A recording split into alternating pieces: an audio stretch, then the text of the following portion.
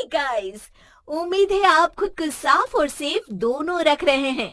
बहुत जरूरी है हम सबका इस वायरस से बचना, जागरूक रहना और इससे जुड़ी हर खबर के बारे में पता होना। इसलिए हेलो लाया है fight against corona virus initiative, जिसके जरिए आपको इस वायरस से जुड़े हर सेफ्टी मेजर और हर खबर के बारे में रेगुलर अपडेट्स मिलते रहेंगे। Stay safe. Download the Hello app now.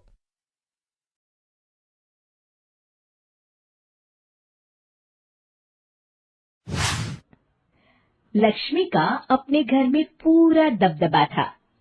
Hitler की तरह वो सारा काम अपने पति और बेटे से करवाती। धीरे धीरे उसके पति की तबीयत खराब रहने लगी। सुनो जी, अब आप बुजुर्ग हो गए हो, काम में भी अब हाथ आपके फुर्ती से नहीं चलते। अरे भाग्यवान, भगवान से डर। तुझसे मैंने शादी अपने इकलौते बेटे के अच्छे पालन पोषण के लिए की थी, लेकिन तूने तो उसका बेड़ा गर्क कर दिया। मैंने क्या किया? पढ़ाया लिखाया, अब नौकरी नहीं लग रही तो मैं कैसे जिम्मेदार हो गई? अब घर में बैठकर रोटी तोड़ रहा था तो मैंने कहा काम ही कर ले। एक तो भला करो और ऊपर से बातें सुनो। तभी सारंग वहां आ जाता है। बहुत भूख लगी है माँ, कुछ खाने को दे दो। अब तुम्हारे पापा का हाथ तो चल नहीं रहा है। मैं ही जा रही हूँ आज किचन में, बनाती हूँ कुछ। हे भगवान, कैसे होगा इतना काम मुझसे? लक्ष्मी किचन में काम कर रही होती है कि तभी अचानक उसे आइडिया आता है।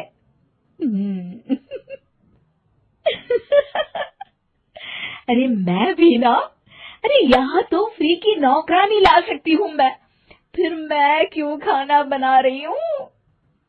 उस दिन लक्ष्मी सारंग की पसंद का खाना बनाती है और बैठकर उसे बड़े ही प्यार से खिलाती है। खा ले बेटा, खा ले, पेट भर के खा ले। अरे रुक, मैं तेरे लिए ना गर्मा गर्म रोटियां लाती हूँ। सारंग और उसके पिता एक दूसरे की ओर बड़े ही हैरानी से देखते हैं। बेटा सारंग, जरूर दाल में कुछ काला है, वरना ये औरत तो हमें बासी खाना भी सुकून से ना खाने दे। सुनील की बात लक्ष्मी सुन लेती है और जोर जोर से चिल्लाने लगती है। अरे हाँ, भलाई का तो जमाना ही नहीं रहा। एक तो आग में खुद को जलाकर तुम लोगों के लिए खाना बना रही हूँ और ऊपर से तुम्हें दाल काली लग रही है। अरे माँ, पिताजी का ये मतलब नहीं था, तुम बुरा मत मानो। अरे हाँ बेटा, तू कहता है तो मान लेती हूँ। लक्ष्मी सारंग के पास बड़े ही प्यार से बैठ जाती है और फिर कहती है, बेटा मैंने ना तेरी शादी करने की सोच ली है। अब तेरे पिताजी के हाथ भी नहीं चलते, तो सोच रही हूँ तेरे लिए बीवी ले आऊं। अब पता नहीं ना मैं भी कब मर जाऊं। अब ऐसे भाग्य भी कहाँ है हमारे। क्या कहा? अरे हाँ, तुम तो चाहती ही हो कि मैं मर जाऊं, लेकिन मैं अपनी प्यारी बहू का चेहरा देखे बिना नहीं मरूंगी। हाँ माँ, शादी तो मैं कर लूं, लेकिन मैं नौकरी नहीं करता, फिर कोई क्यों देगा मुझे अपनी बेटी? अरे क्यों नहीं देगा बेटी? इतना बड़ा घर, खेल खलियान है, किस चीज की कमी है हमारे पास? जो आएगी राज करेगी, राज। हम तो ना कर पाए राज, ये बोलो कि एक और नौकर तुम्हारे पास आ जाएगा। मैं कहती हूँ चुप हो जाओ।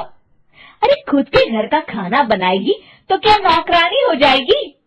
अब तुमसे तो किचन का काम होता नहीं, तो कोई तो करेगा ना।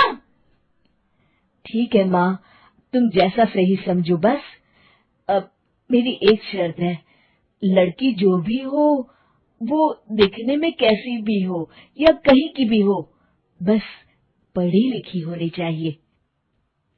अरे हाँ हाँ, ला देंगे पढ़ी लिखी बेटा, मैंने कौन सा काम करवाना है उससे। हाँ। और फिर एक दिन पास के गांव की ही रति से सारंग की शादी हो जाती है।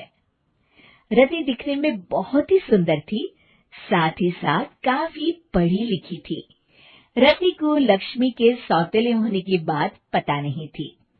शुरू शुरू में जब रति ने सारंग को घर का काम करते देखा तो हैरान रह गई। अरे, ये तो अच्छी बात है कि आप घर का काम करते हैं, लेकिन मैं तो घर में ही हूं ना, आप क्यों कर रहे हैं जी? जाइए, आप नौकरी के लिए अप्लाई कीजिए ना। तभी लक्ष्मी वहां आ जाती है। अरे रति बहू, करने दे उसे काम। और हाँ, मेरे घर के कुछ नियम है, कायदे हैं, यहाँ बीच में ना ही बोलो तो तुम्हारे लिए अच्छा होगा।